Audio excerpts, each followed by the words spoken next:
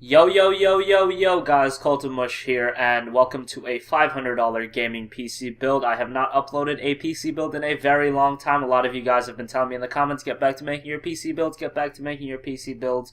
Well, here's one of them. If you want to see any other budgets, leave them in the comments down below, and I will get to them as soon as I can. But it seems like $500 is a good returning point for me. Let's get right into this build with the CPU. I went with the Intel Pentium G3258 3.2 GHz dual-core CPU. Now, just saying the term dual core scares a lot of people off. There's this common misconception for some reason on the internet, thinking that if you have a dual core CPU, you're somehow less than other people. Dual core CPUs can still run games pretty well. A lot of games today actually still recommend dual core CPUs. Yeah, more and more of them are going to quad core and above, but by no means do games not run at dual core anymore. I think that's a really common misconception. If a game runs on a quad core, that doesn't suddenly mean it doesn't, run on a dual core as well. That's not how it works. A dual core can still run games, maybe not as well, and video editing and live streaming and things like that, the CPU is really going to struggle. But as far as just gaming goes, the Intel Pentium G3258 is a very good option at a very low price of $70. And, you get to save money on the CPU, put that towards the crux of your build being the GPU. That is what matters the most in a gaming rig. So I thought this was a very good choice in the build. It's cheap, and it's going to let you put more money into more important parts of your build, like the GPU, like I said. And it's still a good CPU. Just keep in mind, you're not going to be able to do great video editing, live streaming, things like that. This is primarily a gaming rig. If you want to do things like that, I'd recommend an FX 6300, which is about, $60, $70 more expensive than this CPU. For the motherboard, I went with the ASRock H97M Pro 4. This is a really solid motherboard for a pretty decent price of $68. Has 4 RAM slots, so you have upgradability options as far as RAM goes. And it's just a cheap all-around motherboard. It's going to get the job done. And really, at a price point like this, that's really all you want. But ASRock makes pretty good motherboards. They're kind of like the under-the-radar motherboard manufacturer. When you talk about motherboards, most people point at Asus, Gigabyte, guys like that. But the ASRock motherboards are pretty good. They have pretty good customer support and pretty good warranty policies as well, so I just thought this was a good fit for the build. Supports up to 1600 megahertz RAM, 32 gigabytes of memory, just a lot of features for a pretty cheap motherboard, so I thought, this was a good option to go with in this build, and that's why I went with the ASRock H97M Pro. By the way, links to all of this stuff is in the description. The PC part picker link will be in the description box down below. For the RAM, I went with G.Skill Sniper Series 8GB, two 4GB sticks running at DDR3 1600 MHz. This is $80. Pretty expensive for RAM like this. I remember 2 years ago when I bought 8GB of RAM, it was way cheaper. I think I got it for $40. So, RAM prices have definitely been going up over the last few years for a variety of reasons, but we won't get into them right now. But the G.Skill Sniper Series is pretty awesome RAM. I went with 8GB instead of 4 because more and more games are requiring 8GB.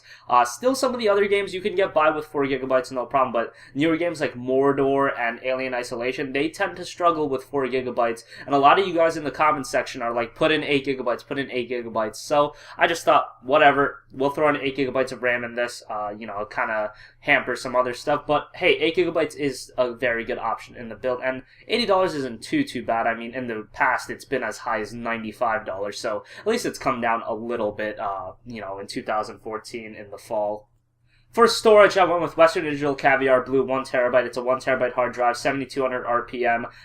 Very good hard drive, $53. I think that's a very good deal for, Western Digital Caviar Blue is pretty much the hard drive everyone goes for. It works really well. Western Digital has very good hard drives, in my opinion, and obviously no SSD in this build. A $500 budget, it just doesn't make sense to go with an SSD. Rather would get that mass storage in a 1TB drive. And if you guys do want to spend the extra $30, $40, you could get 3TB drives for as cheap as $90 now, so it's not that bad of an option, especially with the expanding sizes of games nowadays. Just look at a game like Final Fantasy 13 that just came out. That's 60 gigabytes on PC, so 1TB I've noticed is becoming more and more, you're kind of crunched for space, but obviously you can delete and re-download games as Steam offers, so it's not too big of a deal. But if you are the kind of guy like me that you want to have all your games downloaded at once, a 3TB, maybe even multiple drives is not a bad idea at all, but for most people, 1TB is going to be more than enough.